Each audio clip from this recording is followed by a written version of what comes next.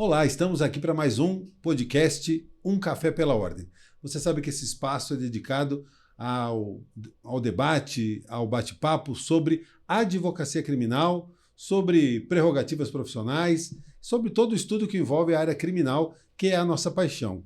E hoje eu trouxe uma pessoa aqui que tem muito conteúdo para compartilhar com você que nos segue aqui nesse nosso podcast. Esse nosso convidado é advogado criminalista. Ele é mestre e doutor pela PUC do Rio Grande do Sul, é autor de diversas obras, até tenho que anotar aqui para falar. Tribunal do Júri e Aspectos Processuais, a mais recente obra, vocês vão ver aqui, vamos falar um pouquinho dela. Novas Tecnologias e Prova no Processo Penal. E ele também fez uma análise sobre o pacote anticrime, escreveu 2 obras, uma sobre os aspectos penais e outra sobre os aspectos processuais penais. Esse nosso convidado, hoje é conselheiro seccional da OAB São Paulo. Nosso convidado é Yuri Félix. Muito prazer em recebê-lo aqui, meu amigo Yuri. Você que já participou do Café pela Ordem, agora volta nessa nova temporada. Uhum. Então, para nós é um prazer. Muito obrigado por ter aceito o nosso convite. Eu que agradeço, Alexandre, agradeço os amigos que nos acompanham. E estamos aqui para falar daquilo que a gente mais gosta de fazer, que é a advocacia criminal. E, obviamente, falar de advocacia criminal, necessariamente falaremos de prerrogativas profissionais, falaremos das obras que tratam do direito penal, do processo penal, daquilo que a gente mais gosta no nosso dia a dia, que preenche as nossas vidas aí no cotidiano. Muito legal, Yuri. Bom te receber aqui. Você sabe que nós demos o nome Um Café pela Ordem, primeiro pelo café, que faz parte do nosso trabalho enquanto advogados o dia todo, né? E também uma alusão à pela ordem, que é essa prerrogativa da advocacia tão importante, né? Aliás, em falar em prerrogativas, qual você acha que é o papel das prerrogativas para a atuação do advogado criminalista? Veja, Alexandre, isso, como você bem apontou, eu sou reincidente aqui no programa, e isso é algo que a gente já vem debatendo há alguns anos, já nos conhecemos há alguns anos, e eu acredito que sem respeitar as prerrogativas profissionais da advocacia é inviável, é impossível o exercício do direito de defesa, e aí entra no nosso tema, que é a advocacia criminal. Ou seja, as prerrogativas profissionais, as prerrogativas da advocacia, elas andam lado a lado com o exercício pleno da advocacia criminal. Uma não vive sem a outra. Então é isso que nós precisamos ter em mente, principalmente o jovem advogado. Com certeza muitos jovens advogados nos acompanham aqui, acompanham esse podcast que já é consagrado, já conhecido por todos nós, e isso é algo fundamental. As prerrogativas, elas precisam ser respeitadas e, sobretudo, o jovem advogado ou advogado até mais experiente, ele precisa saber quais são as suas prerrogativas e o momento de acionar e de reivindicar as suas prerrogativas, pois, sem elas, o exercício da advocacia criminal ele se inviabiliza. Eu concordo plenamente, Yuri. Eu acho que o conhecimento das prerrogativas é um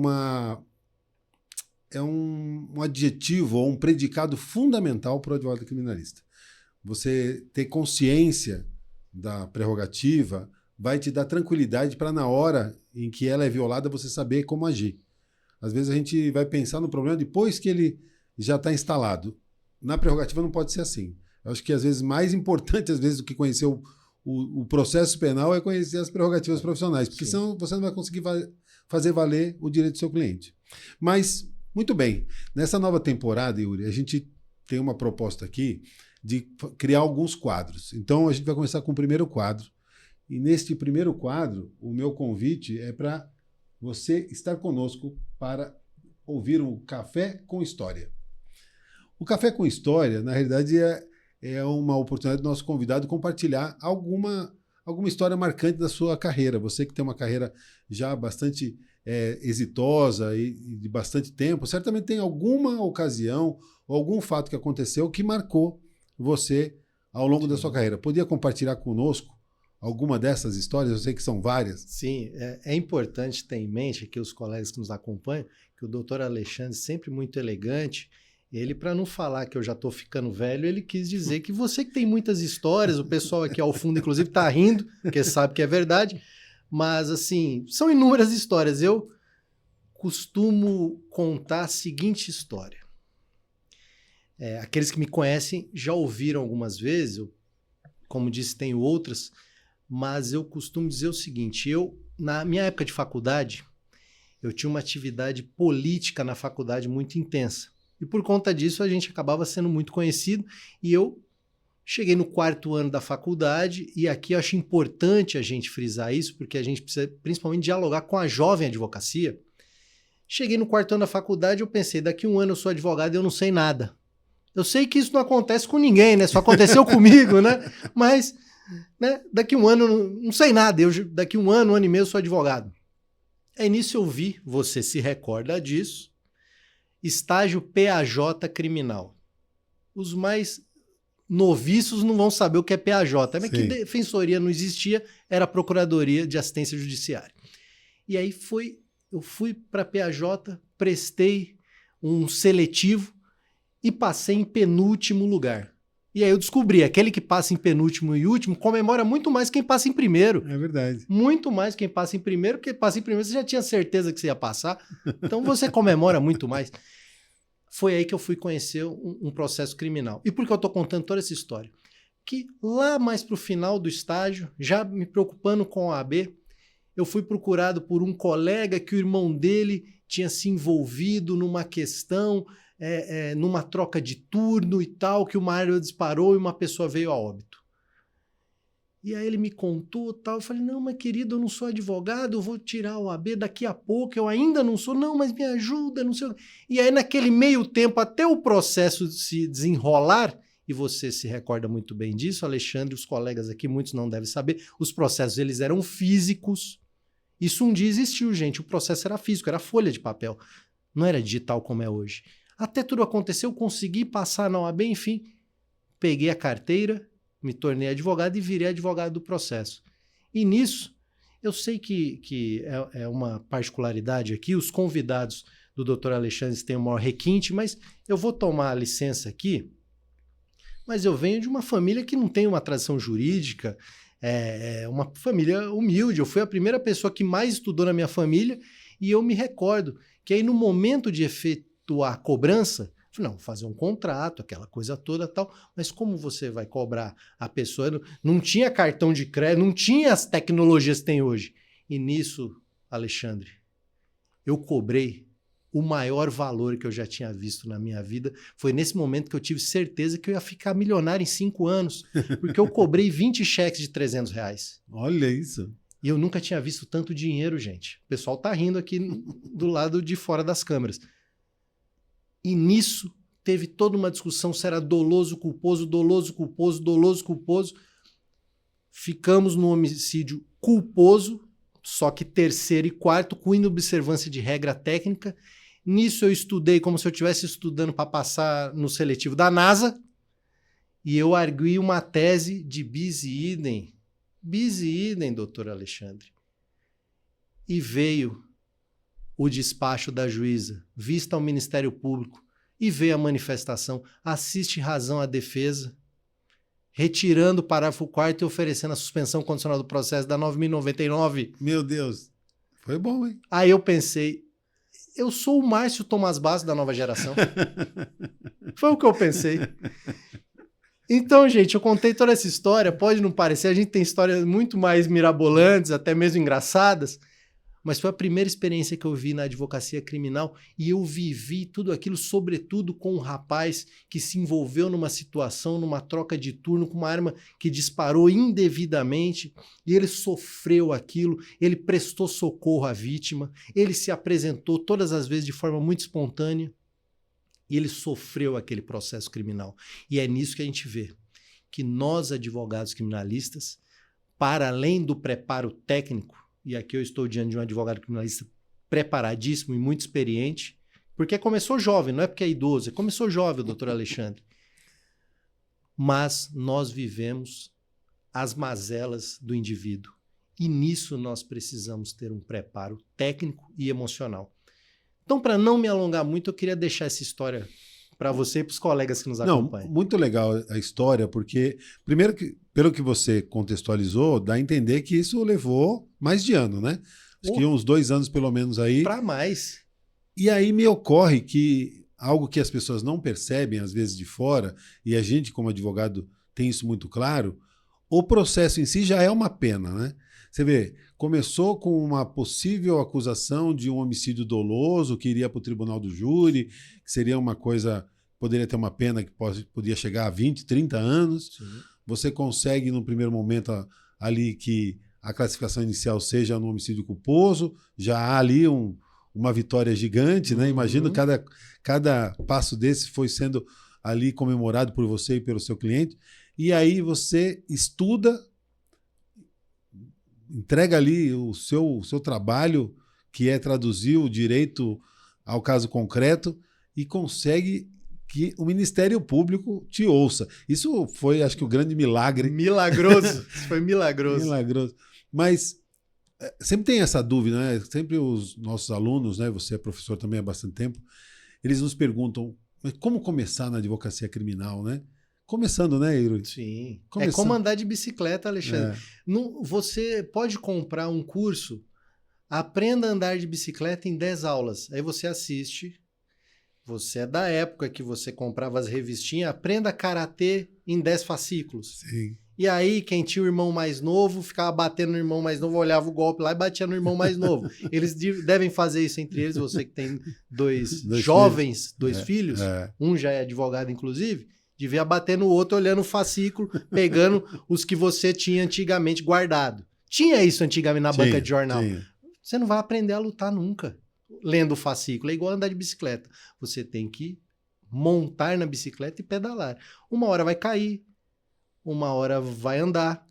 Os advogados mais experientes são aquelas rodinhas que ficam ao lado, que ajudam a te equilibrar conforme você vai pedalando. E nisso vai. Nisso a jovem advocacia leva muita vantagem com relação a gente. Sim. Nós tínhamos aquele advogado mais velho, que era uma referência, mas a capacidade de interação que a jovem advocacia tem hoje, o acesso às informações que eles possuem, nós não tínhamos. Verdade. A gente não tinha. Eu tenho uma dúvida, vou perguntar para quem? Vou perguntar para o Alexandre. Eu mando um WhatsApp para o doutor Alexandre. Antigamente eu tinha que mandar uma carta, eu tinha que marcar uma hora, eu tinha que descobrir o telefone nas páginas amarelas. Eu peguei isso aí. Para saber qual que era o telefone do seu escritório. Você está entregando a idade aqui. Páginas amarelas, eu acho que eu nem lembro disso aí. Tá bom, sei. Não, muito bom, Yuri. É importante. E o Café com História é justamente para isso. Para as pessoas perceberem que tudo tem um começo. Sim. Não é? E não é necessariamente glamuroso e nem necessariamente depende das grandes oportunidades. Às vezes uma pequena oportunidade que você agarrou com unhas e dentes, abriu a porta e certamente fez você pegar o gosto pela coisa, né? Porque na hora que você estuda, que você cria uma tese, que você defende, que ela é acolhida, você, como você disse, você se sente o novo Márcio Tomás Bastos, né? Exatamente. Fantástico. Nós vamos agora para o segundo quadro do nosso programa, e nesse quadro nós teremos mitos ou verdades. Eu vou fazer algumas afirmações e queria que você dissesse sobre a sua ótica, se isso é mito ou verdade. A primeira delas é sobre o sistema de justiça criminal brasileiro. A gente ouve muito falar que o nosso sistema de justiça criminal brasileiro favorece os ricos em detrimento dos pobres. Não é? Isso é mito ou é verdade? Essa tinha que começar bem, né? Tinha. Mas eu diria que hoje isso é um mito. Pois não. Eu diria que é um mito. Por quê? Eu acredito que durante muito tempo, isso foi uma verdade. Isso foi uma verdade que virou um mito. Porém, eu acredito que em todo o Brasil, nós estamos observando um desenvolvimento de uma defensoria pública e até mesmo de uma advocacia da ativa muito preparada, muito qualificada, muito aguerrida. Eu, inclusive, tenho uma história muito ligeira para contar. Colega nosso me liga e fala: Yuri, não tem defensoria, não tem... O juiz do eleitoral me ligou. Pô, tem um processo aqui que ninguém sabe o que resolver, não tem quem defenda o réu. Você não pode fazer? Eu falei, tá, mas o que é? Não, é crime eleitoral. Eu falei, tá bom, vai ajudar, o juiz pediu, você tá me pedindo? Tá bom, vou fazer. Tá bom, vou fazer. Eu peguei o processo, olhei ali e falei, pô, isso aqui é crime impossível. Isso aqui é crime impossível. Para resumir, o indivíduo queria mudar o domicílio eleitoral, chegou com uma conta ali, xerox, chegou ali no cartório eleitoral, vim aqui mudar meu domicílio, isso aqui é crime impossível. E aí o funcionário atesta que quando ele bateu o olho, ele reconheceu não com essas palavras, mas ele reconheceu o falso grosseiro. Sim. Crime impossível. Aí eu falei, não, eu vou. Ah, beleza. Fui para audiência, apresentei as alegações, tudo na justiça eleitoral e tal. Ele foi condenado, eu olhei aquela condenação e falei, não, eu recorri, no TRE foi reconhecido crime impossível. Então, eu te dei um exemplo do quê? Eu prestando um serviço, a ordem, inclusive, a pedido da presidência, a pedido dos colegas, a pedido do juízo, apresentei um trabalho, coisa que muitos colegas que estão na advocacia dativa e colegas da defensoria pública, da advocacia pública ou privada, eles apresentam com qualidade até superior. Então, acredito que isso um dia foi verdade. Mas hoje, felizmente, tem se tornado um mito. Muito bom.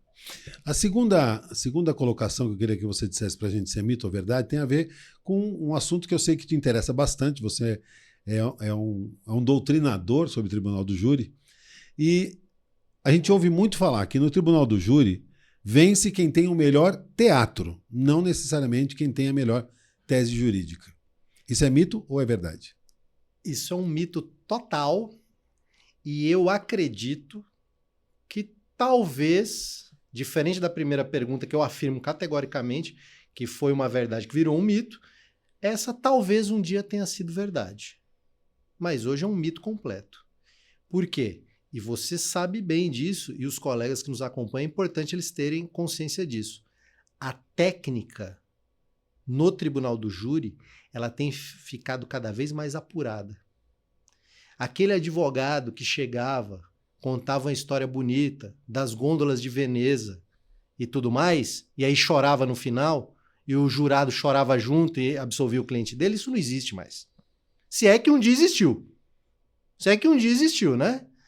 Mas isso não existe. Hoje, a técnica e o argumento conciso, preciso, com as ideias concatenadas, com começo, meio e fim, isso está cada vez mais colocado. Até porque, Alexandre, e os colegas que nos acompanham com certeza sabem disso, o perfil do jurado ele tem mudado. Se nós pegarmos o perfil do jurado de 20, 30, 50 anos atrás, em estudos, era um perfil. Hoje em dia, você chega, sobretudo nas grandes capitais. Eu fiz um júri há 2 anos atrás, que eu nunca vi. Foi uma exceção, mas eu vi um júri, fizemos um júri há 2 anos atrás, o conselho de sentença inteiro, ou era mestre ou era doutor. Nossa. Eu nunca tinha visto isso na sua respectiva área. Um era doutor em farmacêutica, o outro era mestre na área da veterinária. Ou seja, se você tem uma discussão ali, ainda mais nos crimes dolosos contra a vida, que envolvem questões atinentes à perícia, não adianta você contar uma história bonita, que não tem pé nem cabeça, que esse jurado que tem um preparo técnico na área da saúde, ele vai, na hora, entender que o advogado está... Ou ele está criando coisa que não existe, ou ele não sabe absolutamente de nada. Então, eu responderia desta maneira. Isso é um mito por completo. Perfeito. A última do nosso quadro aqui, Mitos e Verdades, tem a ver com tribunais superiores. Os tribunais superiores no Brasil são seletivos e protegem quem tem dinheiro e influência. Isso é mito ou é verdade? Mito.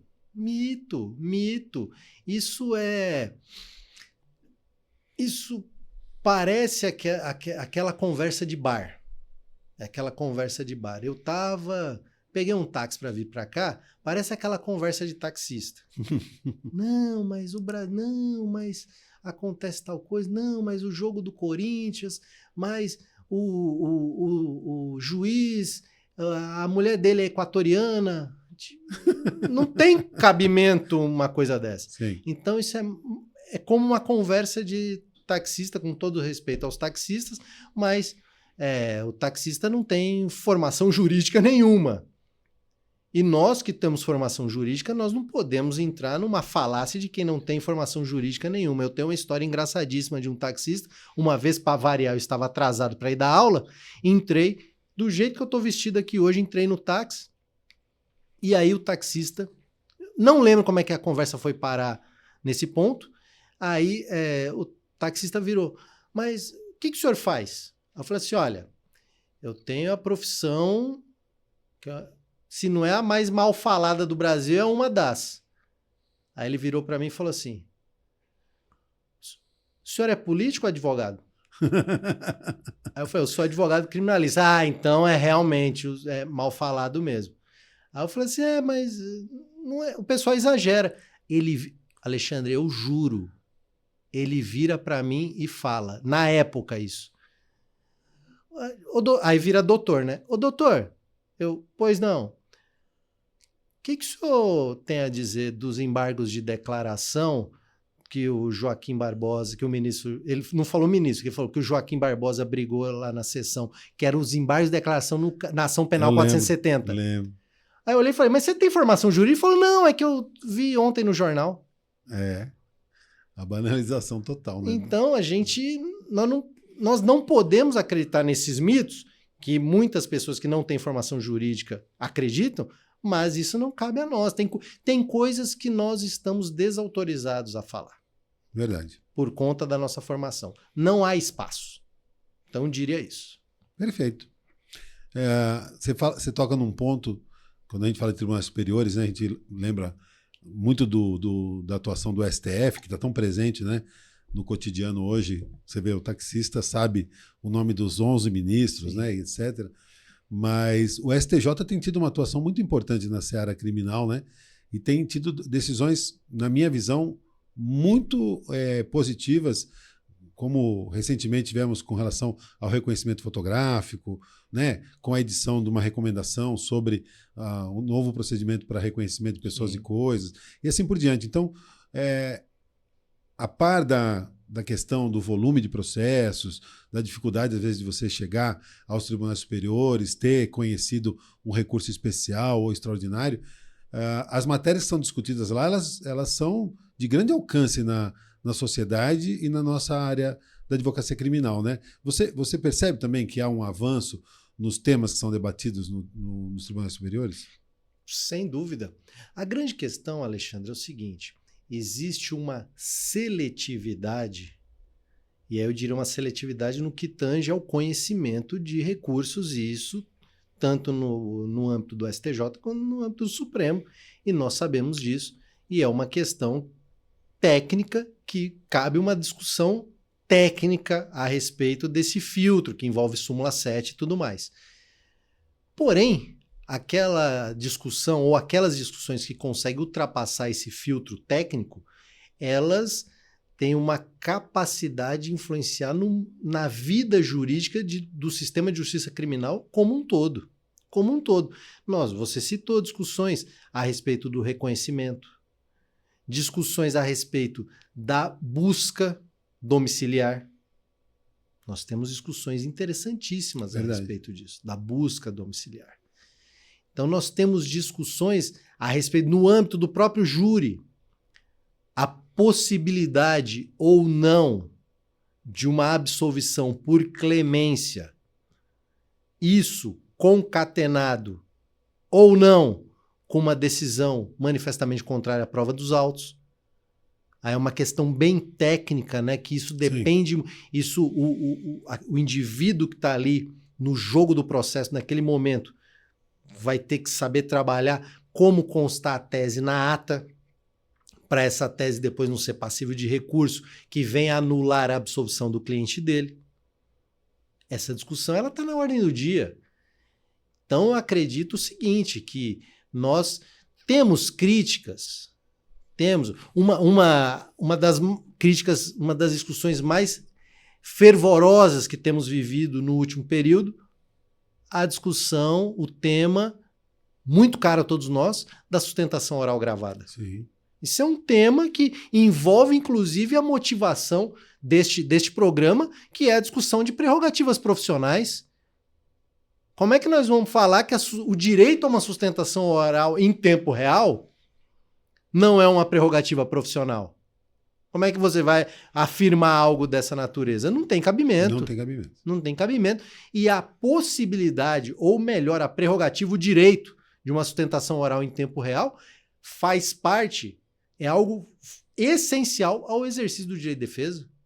Verdade. Então nós temos discussões que a gente tem que saber. Nós temos que saber fazer a crítica, porque senão a gente joga a bacia, a água e a criança junto. Perfeito. Joga tudo fora e aí esgota-se a discussão. Então a gente tem que saber fazer discussão por discussão.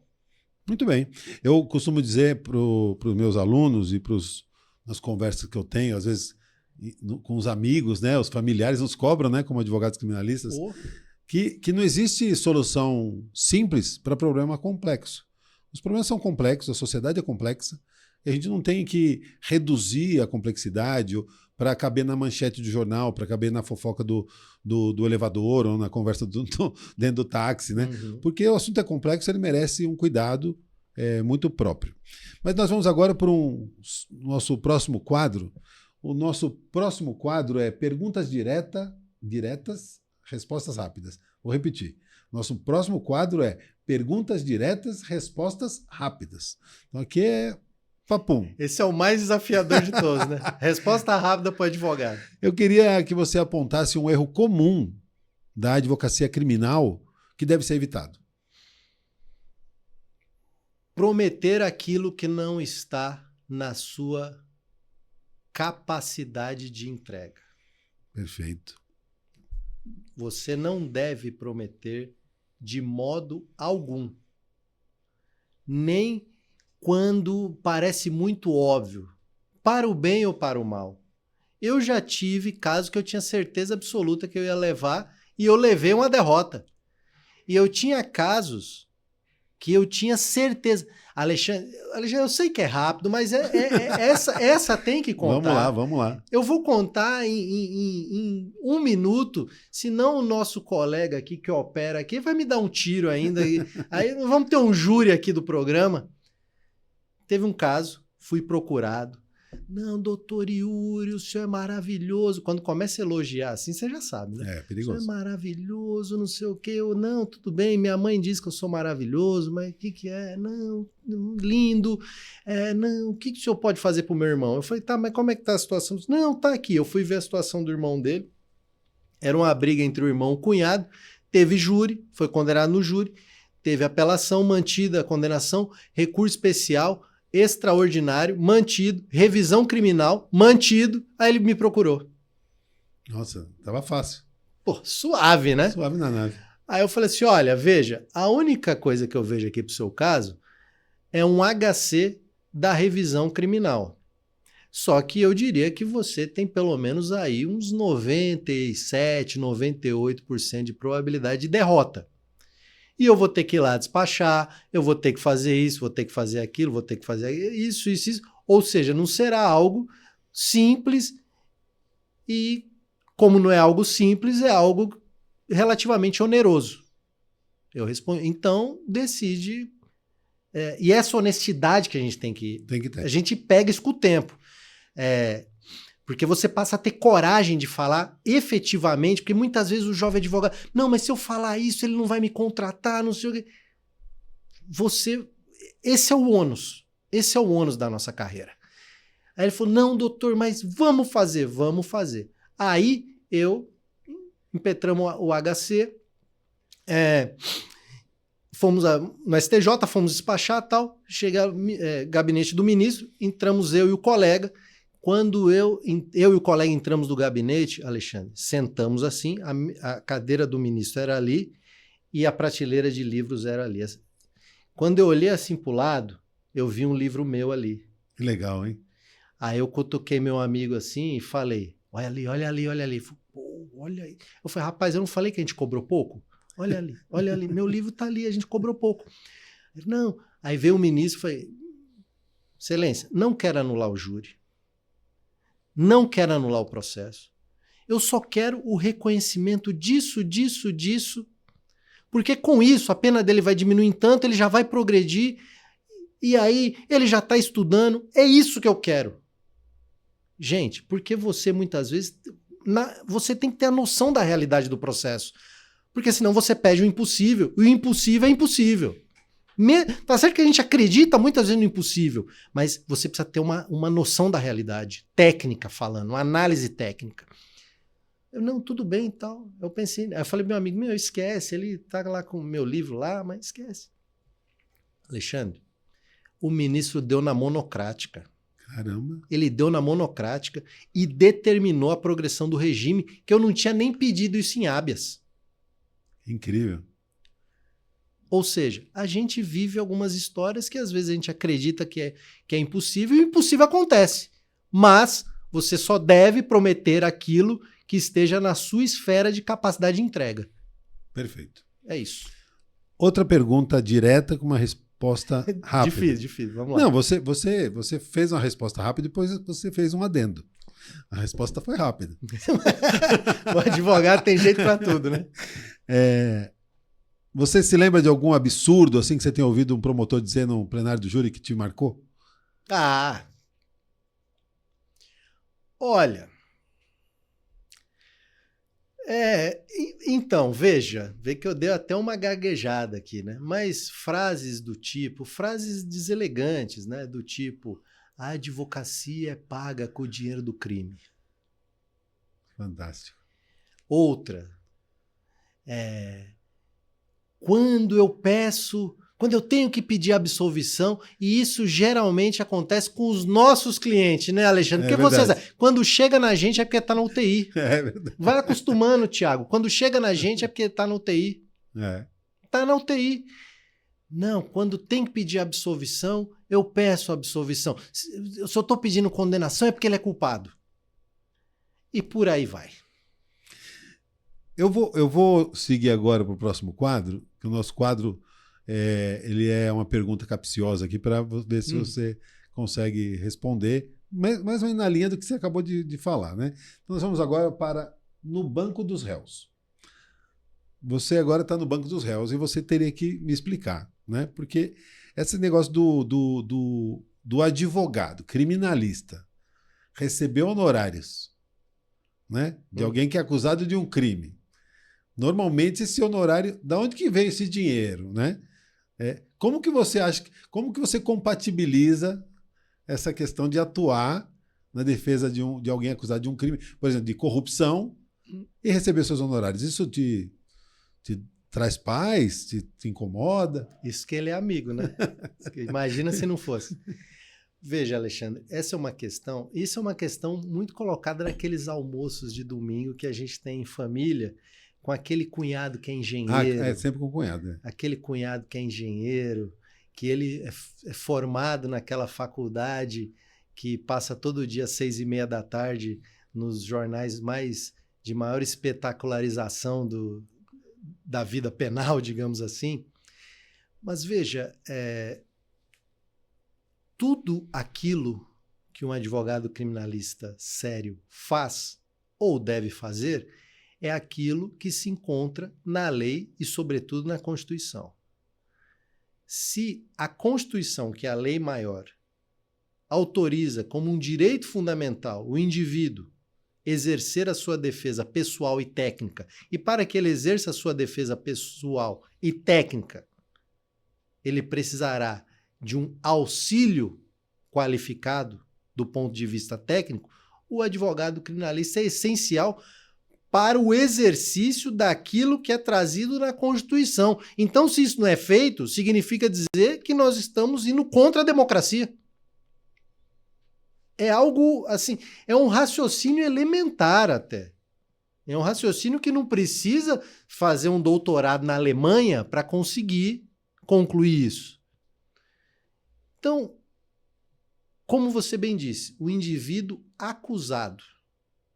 O indivíduo é acusado, ele exercerá todo o direito de defesa, todo o devido processo, o direito ao segundo grau de jurisdição, o direito ao recurso, para, depois de tudo isso, sabermos se ele juridicamente, porque também tem uma discussão que ela vai longe aqui. Sim. Ela vai longe. Porque ele é considerado juridicamente culpado. Será que foi ele que cometeu? Será que não foi? Temos uma discussão aqui que aí a gente fica aqui até mais 2 dias aqui conversando. Então, não há problema nenhum. A sociedade ela não tem que ficar estarrecida porque um advogado defende o outro acusado de um crime de corrupção. É como se o advogado trabalhista que defende um empresário acusado de um pagamento a menor das verbas trabalhistas esteja roubando o trabalhador e aí ele sente algum complexo de culpa porque ele está defendendo a empresa reclamada. Perfeito. Então, a sociedade, todas as vezes que a sociedade vê um advogado criminalista, ela deveria saber que ali é a personificação daquilo que a gente entende como democracia. Perfeito. Da minha parte, você está absolvido, viu? Tá no Banco do Céu, você... Finalmente. Você está absolvido. Yuri, já caminhando para o final, antes da gente falar do seu livro, eu queria, aproveitando essa última parte do podcast, que é bem aguardado pelos nossos seguidores, que é uma dica sua, não é? Uma dica ou de um livro, ou de um filme, ou de uma série, de um podcast, algo que você acha que pode ajudar as pessoas. Não precisa ser necessariamente jurídico, pode ser algum outro material que você acha que pode agregar na formação de quem atua ou pretende atuar na área criminal. Para mim, uma série fundamental que ela precisa ser assistida, é uma série assim histórica e uma série que demonstra as nuances, as diferenças de sistema de justiça, de um sistema de justiça para o outro, e que tem muito a nos ensinar, é a série que é curtinha, né? The People vs. O.J. Simpson. Ok. The People vs. O.J. Simpson, que é o julgamento do jogador americano O.J. Simpson. Essa série ela já tem um certo tempo, né, que está aí no mercado. Eu acredito que seja fundamental. Ela tem muito, muito, muito a nos ensinar de um julgamento midiático, das diferenças do júri americano para o júri brasileiro, aquilo que o júri brasileiro deveria aprender com outras tradições de outros países, sobretudo na oralidade do processo. Na oralidade do processo. E eu diria que isso, penso que seja a principal contribuição do rito do júri aos demais ritos, que é um rito predominantemente um rito de oralidade, um rito em que boa parte da prova é produzida em tempo real, que traz, na minha visão e na visão de todos os estudiosos do Tribunal Popular no mundo, traz uma maior fidedignidade daquilo que é decidido. Porque a prova é produzida em tempo real diante daquele que vai decidir. Perfeito. Então eu diria isso, The People vs. O.J. Simpson. Um livro muito rápido. É um livro que, leitura obrigatória, se você não é do direito, lê esse livro, que é um livro chamado Outsiders, do Howard Becker. Howard Becker é um indivíduo que ele dá um giro no conhecimento da criminologia no mundo na década de 50, quando esse livro, que é uma pesquisa empírica de músicos de jazz e usuários de maconha. Músicos de jazz e usuários de maconha, é desse livro que nasce a teoria que nós conhecemos como teoria do etiquetamento ou labeling approach. É desse livro que sai. Outsiders, Howard Becker. Muito bom. 2 dicas aí muito importantes para você que nos segue aqui no Café Pela Ordem. Você vê que O.J. Simpson a gente encontra no Netflix, né? Sim, Netflix. E nós temos aí o Outsider, essa obra também que ajuda a entender um pouco essa teoria da criminologia do labeling approach. Muito legal, muito bem lembrado. Então, queria agora, já encerrando o nosso podcast, falar um pouquinho da sua obra. Tribunal do Júri, está aqui, ele está bonito, ficou bonita a capa, né? Tribunal do Júri, Aspectos Processuais, a sua mais recente obra, a nossa contribuição aí para os estudiosos, né? Você que tem vários textos e vários livros sobre o Tribunal do Júri. O que você pode falar sobre essa obra em específica? O que você trouxe assim, de mais relevante? Sim, essa obra, Tribunal do Júri Aspectos Processuais, ela está na sua 3ª edição e é uma obra que ela veio sendo expandida, né, conforme as contribuições, as críticas, as recomendações dos colegas. É uma obra que a primeira edição dela sai em 2017, nós estamos em 2025, então já tem um certo tempo. Então, uma obra que ela objetiva fazer com que você, principalmente que quer conhecer o Tribunal do Júri, você pega este livro numa quinta-feira e até domingo você entenderá o que é o Tribunal do Júri. Então, não tem uma pretensão de ser um manual que venha esgotar toda a discussão por completo do Tribunal do Júri e também, por sua vez, não é uma coletânea de artigos de vários aspectos do Tribunal do Júri, mas sim aborda de forma concatenada, didática, pedagógica, objetiva, os aspectos, os artigos, tudo aquilo que envolve o Tribunal do Júri, desde o seu início até o grau recursal e os aspectos mais relevantes, mais importantes da atualidade. Onde que encontramos a obra? Na internet é fácil. Então, Amazon, no site da editora E+, Editora. Eu tenho alguns exemplares, mas já estão se esgotando os que eu tenho comigo. Tenho mandado para diversos colegas do Brasil inteiro, mas prioritariamente na Amazon e no site da E+, Editora.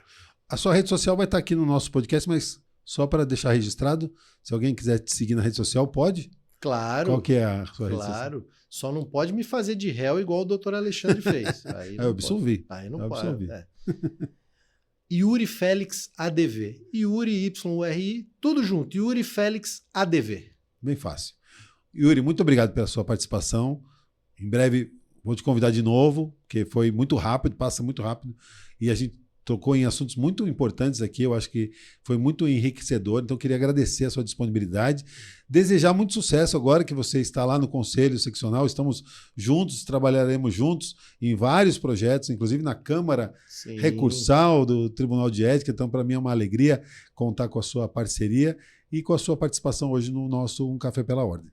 Eu que agradeço, doutor Alexandre, agradeço os amigos que nos acompanham, agradeço a nossa audiência, nós temos uma audiência tanto aqui que nos acompanha e uma audiência em tempo real que ela levanta placas que aprovando ou reprovando o que a gente está falando. É uma audiência já, é um controle de qualidade em tempo real que nós temos aqui. Brincadeiras à parte, agradeço ao doutor Alexandre, amigo de longa data, deixo um abraço e até breve a todos e todas um forte abraço. E a você que nos acompanhou até agora, agradecimento é o que me ocorre e quero te convidar para seguir o nosso podcast nas redes sociais e também no YouTube. Leve isso para os seus colegas, né? Vamos ampliar a nossa comunidade e você pode mandar sugestões e críticas para que a gente possa aprimorar o nosso podcast Um Café pela Ordem. Nos vemos na próxima edição de Um Café pela Ordem.